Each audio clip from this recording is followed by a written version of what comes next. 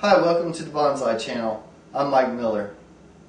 Well, this month for you guys, what I did was I went out to a nursery, a local nursery, and I looked for trees that I could turn into bonsais, because with the winter approaching, you never know. And sometimes I like to find little stragglers and show them some tender love and care. But anyway, I found two plants. One is a ficus, which is a tropical and it'd obviously be an indoor bonsai. And there's a couple of different little trees in here which I'll take apart later.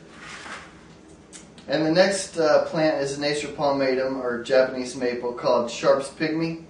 And it has really nice little tiny leaves. I have one here, you can see maybe. Very small little leaf. It's perfect for bonsai. The thing about this plant though is it's kind of in a broom shape. There's not a lot of dimension to it. It's kind of flat. But over the years we'll train that and figure it out.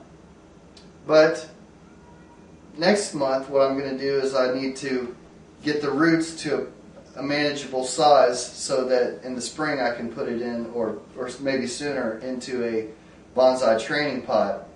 But for right now, I need this to go completely dormant and to lose all of its leaves before I start messing with the roots.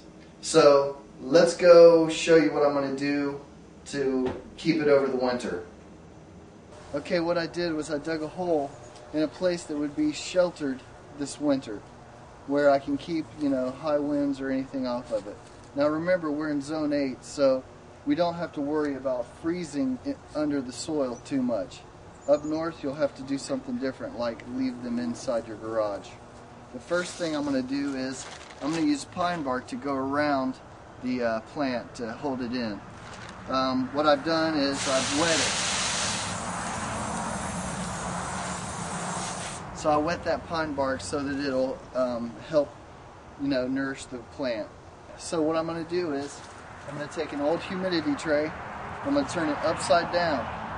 So I have the humidity tray upside down in the hole. That way no water will collect in the humidity tray and the tree won't be sitting in water. Then I place that tree on the humidity tray.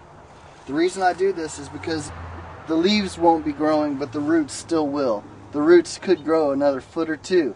I don't want that. I want them to stay near the plant. I don't want them to grow down into the existing soil. So this is my setup right here. Now I'm going to take the pine bark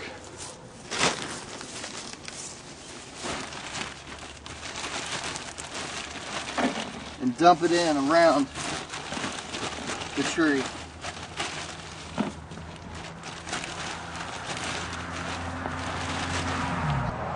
Why pine bark? Because in the spring it'll be easy to pull the tree out. The roots won't have grown down into the soil, and it creates little air pockets which insulate the plant.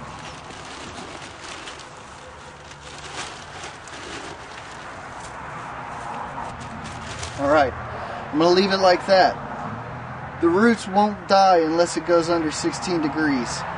But in our zone, zone 8, it won't happen. This is enough to overwinter this plant. If it's going to freeze, I may come out with a sheet and cover the branches. So the last thing I'm going to do is go ahead and give it a good water.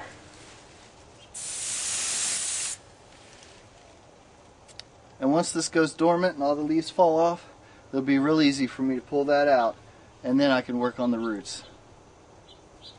You'll see this one again next month. Well, that just leaves the ficus, but I think I'm going to show you that next week. What I plan on doing is separating each of these little plants out and then putting them in their own little bonsai training pot. But until then, what I'm going to do is take a humidity tray, fill it with Nachi Rocks, set it on top, and add water. That'll keep the humidity up around the plant, and that's how every indoor bonsai should be treated. I'll see you next week.